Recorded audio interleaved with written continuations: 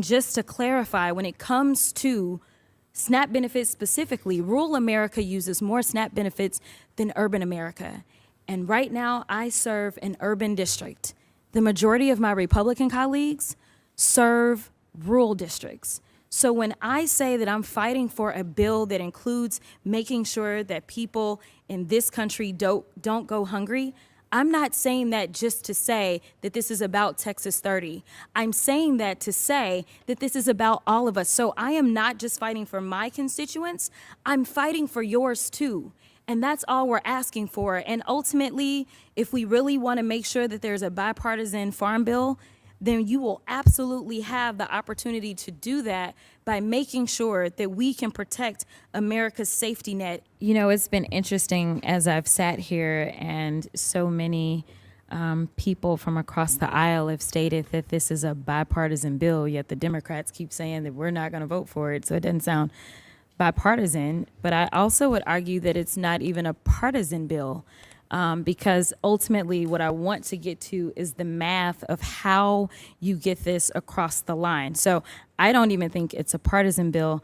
In fact, I think it's nothing more than a stand for farm bills of the past. And so with that, let me just get right down to some math.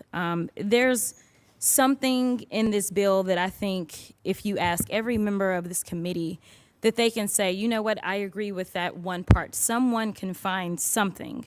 But that's not the definition of bipartisanship. Bipartisanship means that we are looking at making sure that those things that are at the core of who we are, and when we say things like we're fighting for SNAP benefits, I do want to be clear that me fighting for SNAP benefits isn't about my district. I mean, obviously it is, but at the end of the day, so many members have said, my district, my district, my district, my district, my district.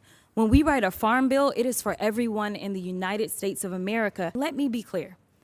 I had a chance to drive a tractor trailer in my district too, so I want y'all to know, as urban as my district is, I've been able to climb up on one as well.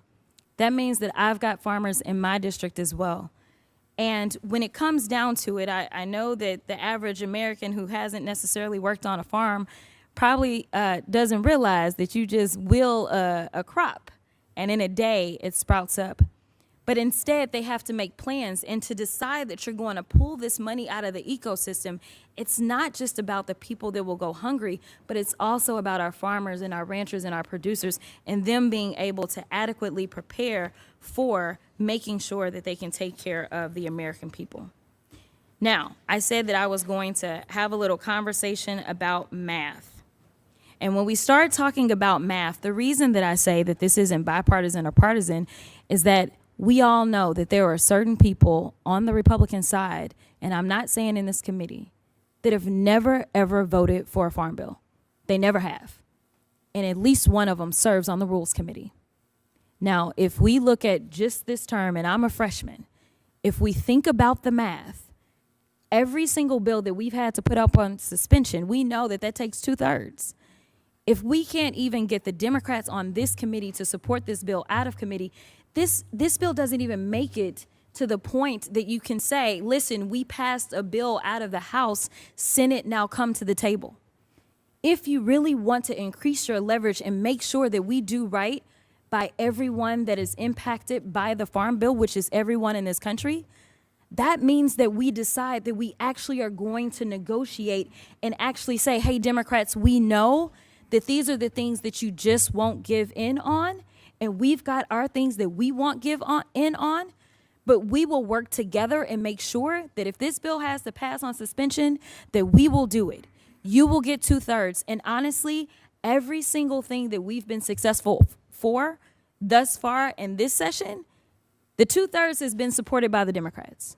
The Democrats have held it down and made sure that it got done and made sure that those pieces of legislation, those important pieces of legislation, whether it was foreign affairs or otherwise, that it got to the Senate and that it was taken care of. We're willing to do the work just like our colleagues did on the NDAA, but this is not the way. Thank you. I'll yield.